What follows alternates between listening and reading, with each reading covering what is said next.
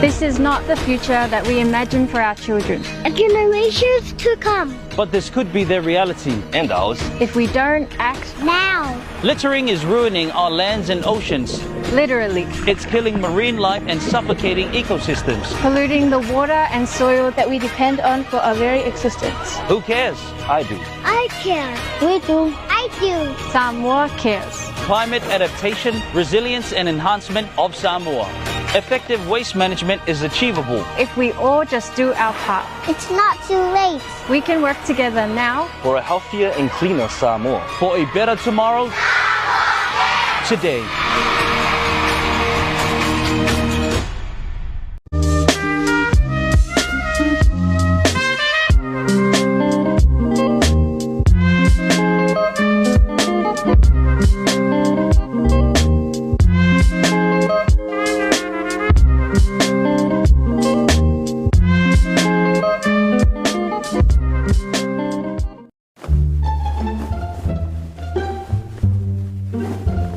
Are you done, Cuz? Just a little, also back to New Zealand.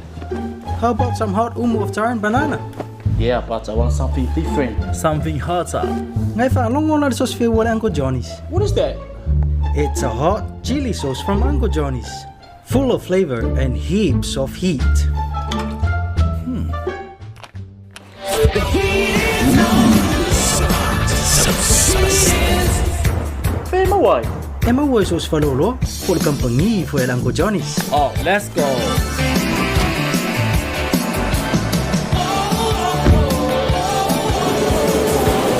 Made with freshly harvested hot bird's eye chilies from our local farmers. Pickled to perfection with love and care by Uncle Johnny's.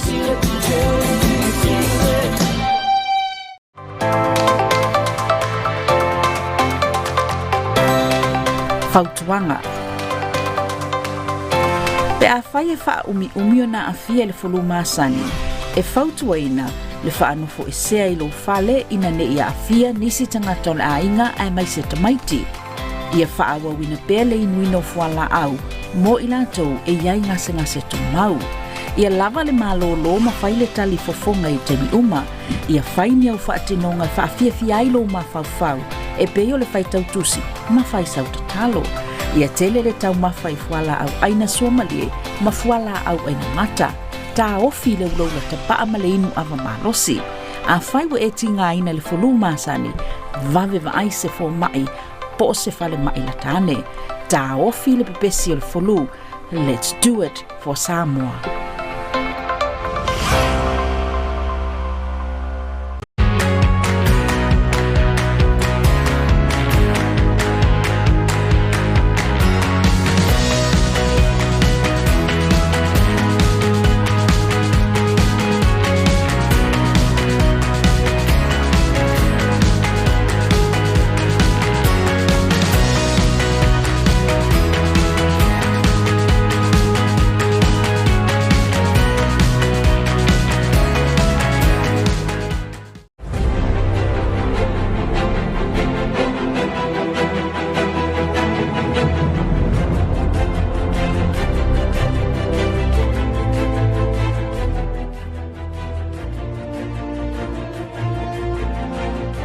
Whātalo whātu mwa whailo e atu pa i o Samoa, e me se puleanga wha ke pipo Samoa pia ilo mai mō malene fiafi.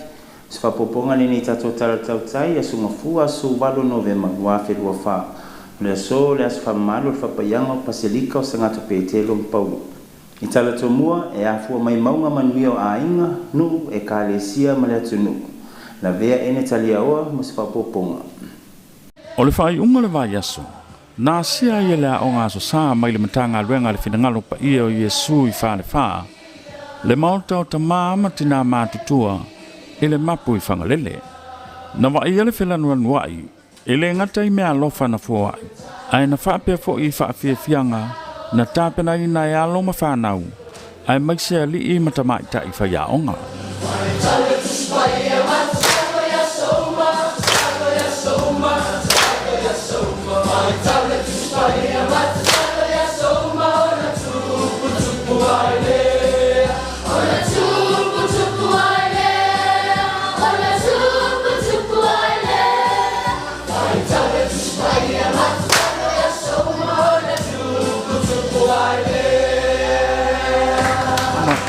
E tasi le wha moe au tua le ase singa. E pei ona sauno ia i le fionga i le te akono. O le nei tai au ia e whaftai via le atua. O se tai au e se fuli nei tai au o no le tai au whamanuianga. Te tono le awala o le o mai foi o le aonga sa whalewha. Me se foi o whai aonga sa ia mai se foi o taitaina. Me se foi o mātou tangata. Ia mātou te moli mai ni mea alofa ua foi le nofonga nei. Ia me se foi o whamanuianga foi a tinamata mātou wale ngata le whanau. Ia me se foi o i mātou. Ta ua tele le nei aso. Ta ua tele mol whanau. Ia me se foi o i mātou ua foi whatinoi no ngā duenga. Ia maua i pele malosi. Ia me se foi o whamanuianga ua foi le soifua au auna. Ia me se foi o unanga i tono le mātou. Foi aonga sa. O vaenga umalinita au ia whaftai mo mea uma. Ia me se foi o whamanuianga o tose mtu palpala. Ua foi i al whanau nei a tanga duenga whalewha. O le whetalainga i antapo i, na whetalai e whai masui o le no whanga, e whaafetaia le au malanga nā siasi atu. O lau tō whawai, ua le au au le lana. Ua i luma o whafonga o le atunga le tāulanga o osi le so. Si o whafonga o whanau, o lau tō tamau a inga o mau. Ia ua sila mai lana. So se ala o whaamanu yanga, e whinanga loai le atua e whawai atu. Ia whaatupu le atua. Le vao, le sami, o tō au mga luenga whenga i aisa, i ainga ma le maro. Ia lilingi atu e le atua whaamanu yanga. Na mai ale por kalame whaatulanga ina, o naanga fo i lea i le tawalunga, ma lulu a ao, ma whaato whaa.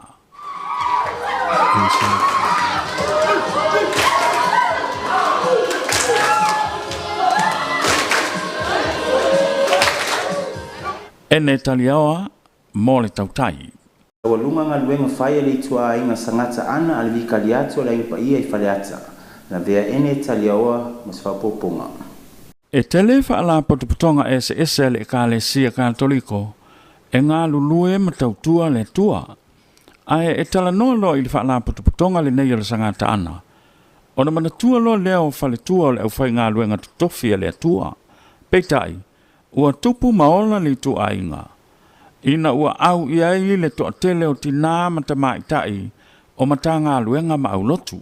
O le tu ainga la sangata ana I le vikali atu ale ainga pa ia I whaleata. Na sia le tātou por kalame, le whaamai aina o ana ngā luenga o le neitau sanga. Na tatala le por kalame le saunoanga le taitaifono le tu ainga. Le fionga le whaletua I a penina Paulo. Wa tele mave mano noa I suinga ma tala inga wa tātou ba aia le nei vaitau. Ma ua tā wau ina whaavai ai le anganga o le loto tō anga. E tatalo, ma tā wau ina se mai ai o tātou nunga, tātou whaatou tuanga whakatoliko. I le tatalo I taibi uma, tatalo I asa uma, tatalo I le tae ao ma le afiafi. E pei ona tātou wola mai ai I lo tātou whaatou tuanga. Ma ua le longo noa foi se wha longo le au nganga ma le au ainga sangatana. I se male lenga mai le tamapa ia le sinoti o le nei tau sanga. Mo se anava tau, mo se au ainga e tutu ma sa wawali fatasi. I se au ainga e tasi. Ngā lulu e fatasi, ulima fatasi, ma o fatasi, I se au ainga e tasi. E avea mafofonga fetalai o lana tala lelei. Wa whaonga aile nei por kalame, e tau wala I tanga vai mai tu ainga ma tanga luenga. E whai mafofonga fetalai, e whaalau loa, whaamanatu, e whaasoa e vi tuti ma winga lelei. O si o tātou tina pa ia, I le mamana ma le mamalu. O le tina o le atua. I lona fia tausi alofa ia I mātou. Matalia I mātou. I le nei tu ainga. I so se mata ngā luenga o lo o tātou ngā lunuei. Na wha ngā solo le porkalame, ma wha mai ai I le tawalunga I le aso. Ene taliawa mo le tautai. Pa ia le mauta fōr ngā luenga le kālesia katoliko I si umu. Na vea ene taliawa mas whapoponga. Ele ia vea le mamafo timunga ma le lolo wao le tau, ma ala I tolo iai le wha moe o le kālesia sangato whalaniko sa velio I si umu. O le ngā luenga whita sa whia ngai ma le kalesia, o le fausia ina o le maota o le ngā luenga. O si taulanga na awai na lantou whaapa ia ina le ngā luenga. O le tala o le ngā luenga, na sau noa iai le susunga i le teu oloa le kalesia. Aso amata o le ngā luenga, aso ono mat ome ua o wha amata i le ngā luenga, se ia pa ia mai le aso wadu Novemba lua o wha mai ai le ngā luenga pe ona iai le tai au le nei. Whamawina i whamawaunga tōru suru matasi vai aso o whea ngai le kāresia ma le ngā luenga. O lo tau o le ngā luenga, uranga masani, e ona iai o le lolo wao le tau, ia whapefo i o le ausange, ia o le marosi o le kāresia. O le au te renga o le ngā luenga, ma le au whai, o le sereni sa whaaluina.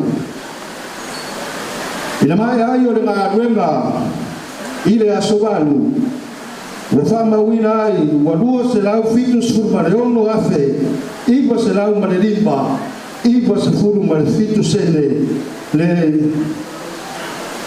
whaoroaina o le nei ngā luenga, mai le whiangaina ma le kampani, i le tolu se lau afe. A whaupopo iai ma le tipose le limba se furu afe, ma le tupe whaaru i le ngā luenga mai le tolu suru ma le tasi vai aso. E se lau ono suru ma le walu, afe tasi se lau fasu ma le tasi tā la, fitu suru ma le walu sene. O le au whainga atoa o le ngā luenga ma le tino i tupe whaaru ngai, e wha se lau iwa suru ma le lima afe, wha se furu ma le fitu tā la, fitu se furu ma le lima sene. O le au whainga atoa le ngā o le tau atoa, o le ngā luenga sa whetanga whitatonga iai le kāresia, ia mai lava i vai aso e tōru sifuru maritasi, se ia pa ia mai le aso valo, o le masina o Novemba, o le tala lea ma le nganga whaaloalo, so e fua mai e manuia. Na whatu mulia le wha moe moe le mamalu le walaulia, ai maise o le pa ia maua lunga o le kāresia. Ene tali awa, mo le tautai. E tasi tavidingo savili e ona vea mamatangi a wha, o lo ili tui saute i Seafood Pasifika, e tu sai man vai mamau ale official vai tau. Katalina Tovia mo se whao poponga. Le ripoti an matai tui no matangi a wha, me le official vai tau i mulinu, o lo ripoti a mai ai, o lo iai tavidingo savili, o lo ili tui saute i Seafood Pasifika, e ono a vea mamatangi a wha.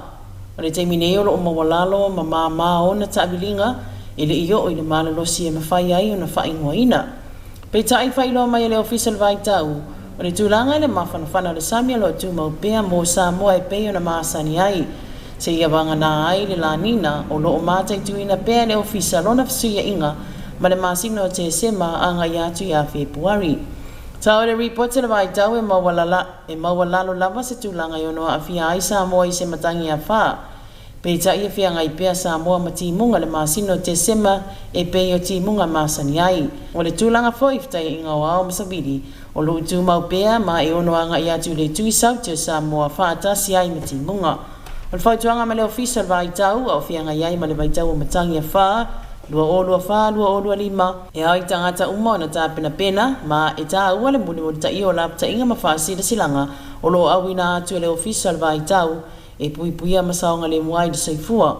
Whairo mai whai le ofisa o ia whamomonga ma le vai mamao e ono suia, ma e toi whairo mai se suinga i whamomonga tai masina le ofisa, mo le masina te sema, mo le sila fia le atunuu.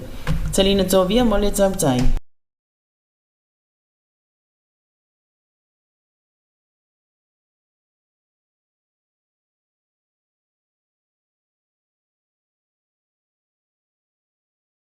Whairo komisina pulenga tine mu tanu wasa pe tone maunga i le saininga o le whainga. Isio tala, whai paanga le pulenga o tine mu, mal kolisio tuma SS Australia po le APTC, mo le CT o le onanga o le pulenga o tine mu.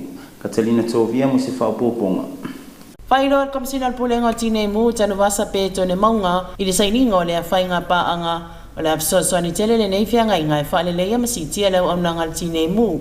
I le tali atu i whalawalawe whafua se i te tono le atunuu. Nei e tā ua le whaopopo ina pēo ma tā whaio ia le pulenga i tausanga taitasi. Ma o loo te lea le mana o mia ruto mai ma leanga wa o tangata whainga ruenga, Pa pea mea whainga bengai whaatino i nai le au nanga.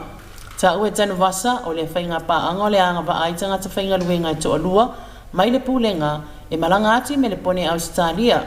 Mo le whaalau te reino le tamai ia ua onga, le whaonga ina mea whainga luenga di taimi Italia tua i whalawalawi whafosei. O ia ua onga le a whaatautai le official tine i mui Victoria i Australia, ma le susunga ia kopo le sui, ma le susunga kereta samia, o le a whai masui o le pūlenga, ma o le a awai atu ai ia ua onga. O le a whia ia ua onga le tamai soifua malolo ina na ngaluenga, ma le saunga le mu, o le sosoani mua e tuina atu mo whalawalawi whafosei, ma le au nanga le vama tangata, le asa o au ina i fo i le o atu le fitu se fulo sui o le pūlenga, a o whia i matamaitai e luas fu malwha. Ta ue maunga o loo au ngā tele le nei whainga pa anga ni siti am tamai ma le anga ba o tangata whainga luenga i le whaatinu ino le au nanga mo le saunga le mua o tātou tangata. Tarina tovia mo le Tautai. Poponga le nei talo Tautai ma le Pasifika. Katalina tovia mo se au telenga. Ta le whalawa se whaliunga le nei tala ma le Pasifika o loo vipatia ma le tio whawa malua New Zealand pai ana wina ati langa malosi o kampani lang ko Johnny's. Tala to mua ele e toe mana omia ngā se ngasi o loo mana omia ni tonga fitinga o na toe sa ili a toa le limas fulua fe tutongi ai ni tau tonga i initia.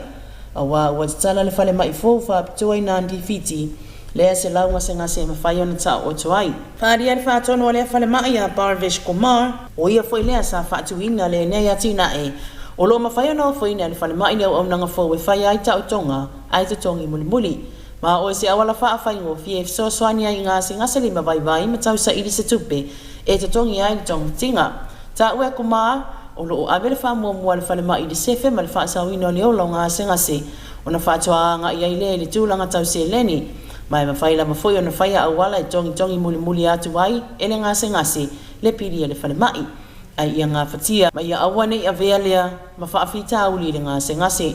Pipatia le asos frutasi o Novemba lua o loa wha sa whaatautai ai leo lua i tonga whitinga mo le whatu i lea whale mai whaapitoa talu o na tatalaina.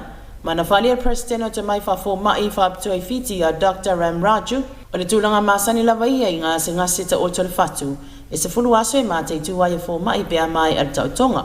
Ma ole moli maua Raju na so longa le lei le tautonga ma manuia foi le ngā se ngase ma ia whaftai ele au nanga al whale mai fo. Ona ua manuia leo lua i tonga whitinga sa whaatino ina i se whale mai whaapitoa i te tonu o whiti.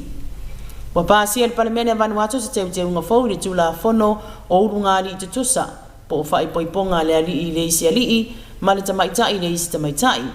O le teu ngā wa pāsia i le tapu na restalaina i te tonu o Vanuatu o ia i tū a i ngā whai poiponga. Whadiari minister vai whafo Vanuatu ia Andrew Napuat o le whai poiponga i le vao le alii ma le tamaitai. Ma ripatia wa whiriwhiria foi mtanga ringo whamsinonga Vanuatu. Se komiti la to te whausia se ala fua e whaasai o na toi whai ni whala buloa whala popitonga i te tono le atunu.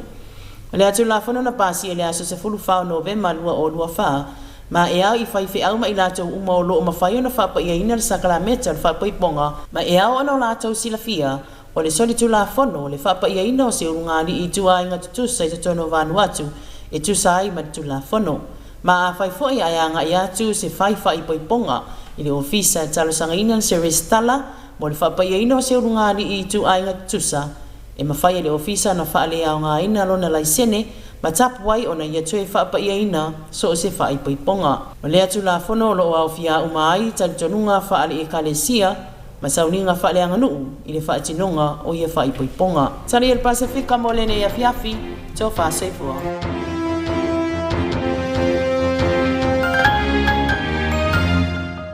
O se whapoponga le nei tala Tautai le soifuanga le Kalesia Katoliko i le lalalangi. Charity tuala le misio mo se au telenga.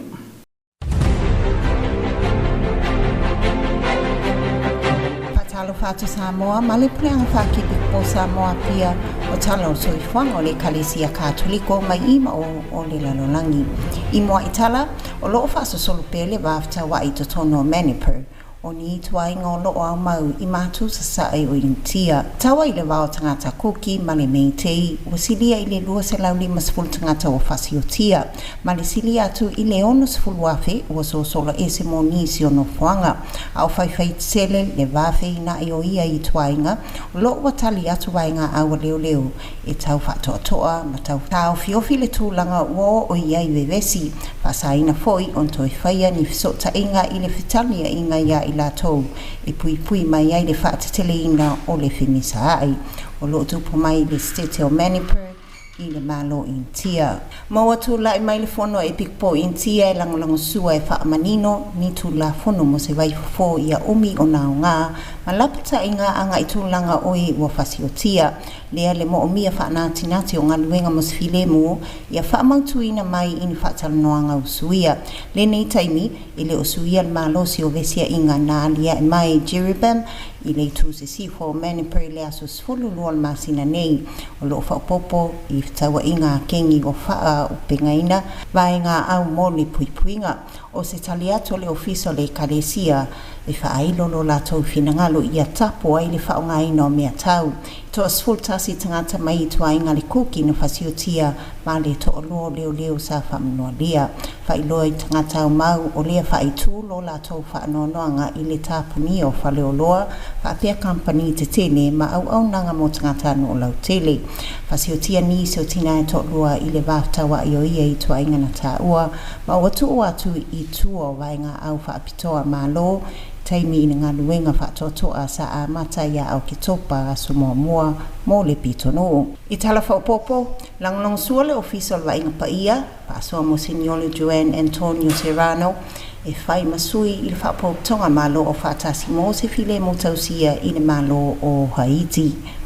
Na whaasalawina le epic po Haiti ia Dumas. E whaapea na talo mai le tausanga lua fesfulwalu na amata polonga mai e tangata o na o le whaale tonu I tūlanga o taitai o le malo. Ma le whaatupla ia o fitawa inga o loo whaawau.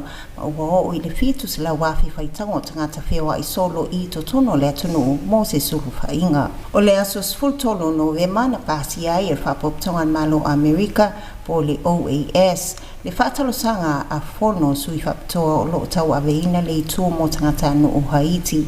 Whaatala ula I se ngaluenga mai malo o whaatasi, anga I tūlanga vevesi ia whaafine mu lea whaafita uli. Le taula ia le ofisa au tū le OAS o loo I Washingtone, o se whaapoptonga mo ngaluenga whaamamalo o loo Hawaii iai stete tolusfo lima o Amerika, e whaalawiloa sa olotonga mo tangata o malo, ma matai tuina tiu te whaatino ina I whainga pālota I to tono le atu sifo lo tātou ke lope. Sau no mo Signolo Serrano, I fola sanga o tuina atu I whapoptonga lalangi. Ia whala wai te lele malo si whaatino ngā mo le whauina o le file mo. O le mafuta atu alwa inpa ia mo tangata Haiti, I whaafita auli I le soifua mativa, ona o le fitawai, ma whainga pio o loo solo te te ai le to tele, ona o le tangata wale ina Pristine na filia I le tausanga lua filua tasi, ia Jovenel Moise. Fasiotia to tele o le lau tele o tangata le atono o whainga kengi I le pule whaamalo si to tono o taulanga Port-au-Prince. I potia le se lausful lima o nisi o Haiti o mau soifua mai I whaafita auli. I le amatanga o le masino o ke topa. Tali mai ale OAS ma le una inga mai le malo o Haiti a ngai malo o whaatasi. E moni ngā luenga tau si filemu, ngā luenga whaatatau moni foa I Sosani e tali whasangataua ngai o sa whainga kengi whaatupu whalawlawe. Whaatawa nau pele tamapa I e tūlanga o lo iai Haiti, I alofangi e lalangi awane I ngalo usom to whaafine. Ia tau fia le anga lea whapoptonga katoliko e au fia I le Caritas, le pule anga o I totono le atunu. Ia lawe e ina soifua e ala le o foino whale o tau mapa maswawai mama mo tangata le atunu o lo I sola anga o no ia vevesi. I tala whaiu o ta tala whapitoa mo se filemu mo lo tātou ke lope I tangata lotu o a awhia mai sa wanga. Whaleo ina e Pope Francis I leo sa anga I whapoptonga na I le whatawhau sa ngata Peteru mo le sauningo le angelu. Le valauli o tangata oma e tausi I tangata ua lea mana ia ina. Matalo sia tangata o lo maa whatia mai o no tawa, whapea inisi o whawhitauli ona o le whainili tonu. A o whito soa ina mai whaatinonga taua o lo i to tono o lo tātou la langi, te talo le tamapa ia mo malo Ukraine, le malo Palestina o Israelu i le panona ma Myanmar. Whamanatu whaiwhai pēr tamatu psa, o ni taua o lo whaatama ia i sui fō tangata ma o ni soli ngatu la fono i le talia ina. Whaonga ina mai whaitanga tūsia si rako e whaatatau ia i le aso whailonga ina la langi mo e ma titiva. O le tatalo le mativa e o i le atua. Mo mia le whailoa mana ongo tangata ma titiva ma le whaafetai o ngā nuenga whaamausali na tāpe neina mo i lato mai le puleanga ma au lotu e tō tele. Ia manatu i whainga whaatu whanua a o ni whainga le mawhauwhau mai ia taua i se fesili pēna e ave ese ina mai se vaenga o louta maa o ainga e anga le leia i tangata mativa. Pēna mawhai foi o na e whaasanga atu i o lato fofonga ma pai atu i o lato lima i le whaatino ina o lau fōai. Mana tua e o tōu o le mativa e le mawhai o na whaatali. O le tāua le o le au nanga anga le lei, ia whai atu mau ia whaatasi ma le alofa na wā. O male tile whapa ia ina e tōtolu na mōni mau i o la tō soifuanga i whātua tuanga i le vaitau luas fulu centuri na sawa ina e tangata kerisiano.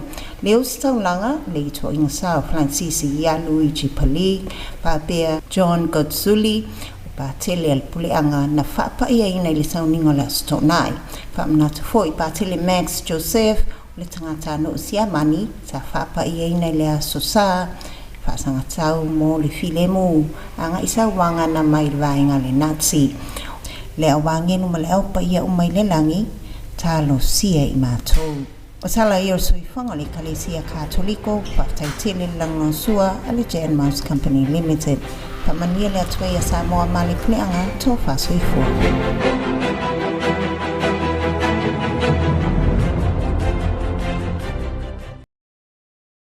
Moli atu whamalo ma whaftai pa i o Samoa e mese puleanga whakepik po Samoa pia i la moi mo malene fiafi. Staulu manga le nao tato tala tautai mo lene po. Whaftai pa pitoi tato paanga masani, whale skuli me anko chani, kampania amau, manitanga luenga puna o whanatura ma sio manga. Manuel ya fiafi Samoa tō whasoifua.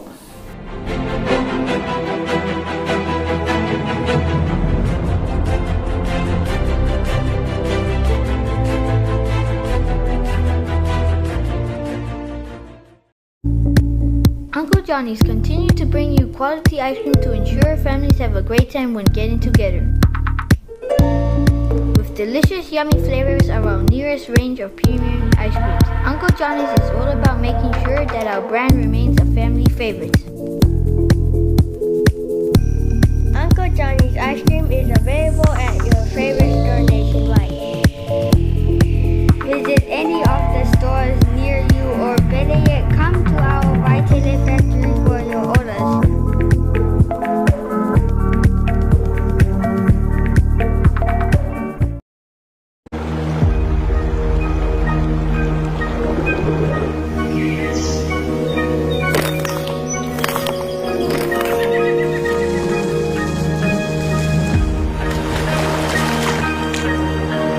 This is not the future that we imagine for our children. And generations to come. But this could be their reality and ours if we don't act now. Littering is ruining our lands and oceans. Literally. It's killing marine life and suffocating ecosystems. Polluting the water and soil that we depend on for our very existence. Who cares? I do. I care. We do. I do. Samoa cares.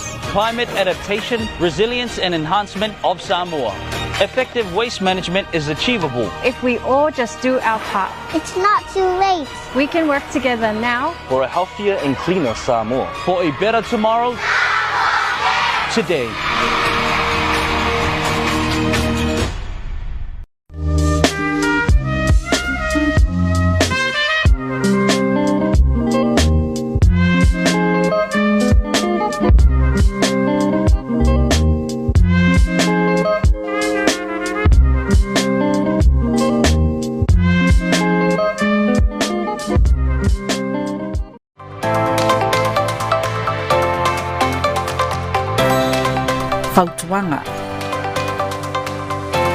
Pe a whai e wha umi o na awhia le whulu māsani. E whautua ina le whaanofo e sea I lo whale ina ne ia awhia nisi tangata le ainga ai mai se tamaiti. Ia whaawa wina pēr le inuina o whala au, mo I lātou e iai ngase to mau. Ia lava le malolo ma whai le tali fofonga I temi uma. Ia whai ni au whaatinonga whaafia ai lo ma whau e peo le whai tautusi ma whai sau tatalo. Ia tele le tau ma whai whala au aina suomalie ma whala au aina mata. Ta ofi le uloula te paa ma le inu ava malosi. A whai wa e tinga ina le whulu māsani, vave va ai se fo mai, po se whale mai latane. Ta ofi le pepesi o le whulu, let's do it for Samoa.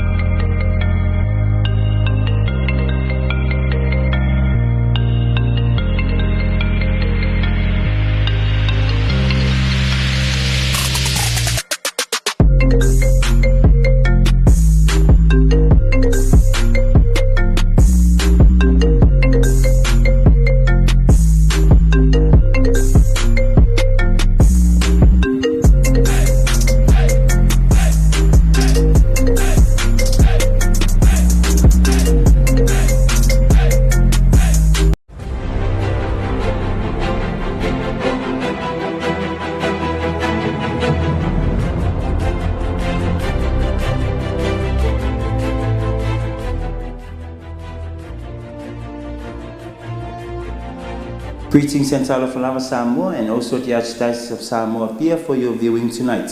This is another edition of your Tautai News on Monday, 18th November 2024. Today is the feast day of the dedication of the St. Peter and Paul Basilica. Our main headline, no-name tropical cyclone in Southwest Pacific region predicted by the Samoa Meteorology Division. Catalina Tovia for more on that report. An update for tropical cyclone for Samoa from the Samoa Meteorology Division stated that no named tropical cyclone in the Southwest Pacific region at this time. The sea surface temperatures within the vicinity of Samoa are presently within normal ranges and hold insignificant distinction compared to past years. The El Nino Southern Oscillation status is currently classified as La Nina Watch, signaling a potential La Nina development from December to February. Samoa experienced above normal rainfall in November. The forecast for December 2024 has the probability of occurrence of a tropical cyclone for Samoa is low. The rainfall Samoa may experience in December is predicted to be normal.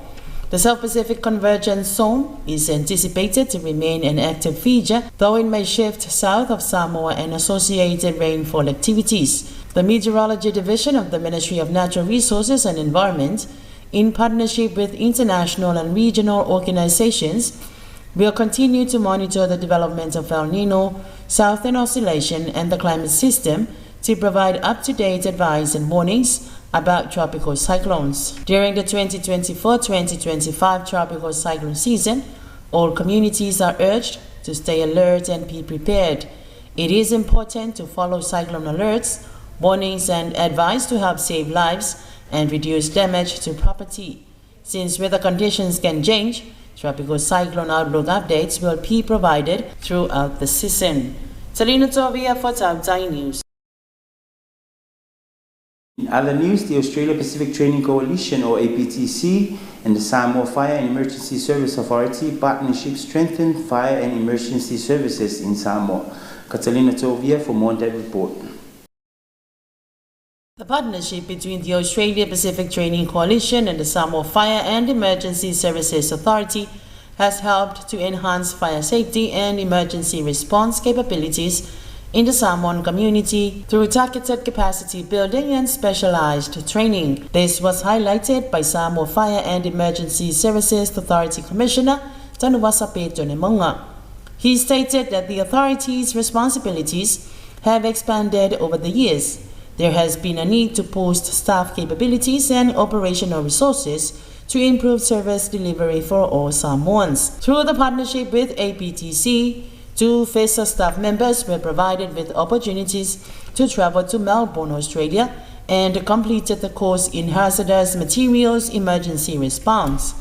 This advanced training, delivered by Fire Rescue in Victoria, enabled FESA's Senior Station Compliance Officer, Jacob Polisui, and Commander Training, Kereta Samia, to meet the Samoa Qualifications Authority requirements and become qualified trainers to deliver the recognized FESA hazmat training in Samoa. Fire Rescue Victoria collaborated with FESA to develop a hazmat training program tailored to Samoan standards. This training complements specialized short courses in work health and safety in construction, first aid, professional women in plumbing and construction, and customer service delivered by the APTC to more than 70 FESA staff members, including 24 women.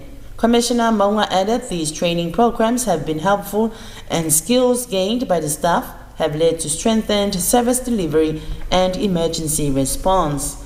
Salina Tovia for Tautai News. I would like to say thank you to you, our viewers throughout Samoa, and also the Archdiocese of Samoa Pia for joining us tonight. And that's the end of our Tautai News for this evening. Acknowledging our major sponsors, Uncle Johnny's Ice Cream Factory, Chan Mau Company Limited, and the Ministry of Natural Resources and Environment. Good night, Samoa. Tofa Soifua.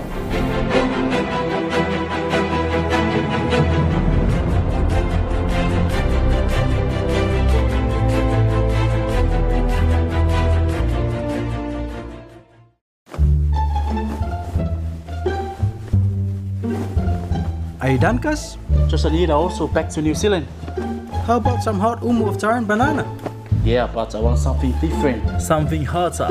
Ngai whaalongo na sauce feel wale Uncle Johnny's. What is that? It's a hot chili sauce from Uncle Johnny's. Full of flavor and heaps of heat.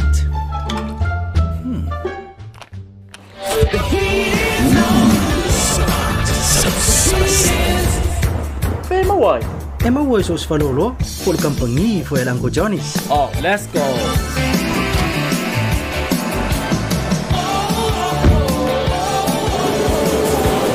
Made with freshly harvested hot bird's eye chilies from our local farmers. Pickled to perfection with love and care by Uncle Johnny's.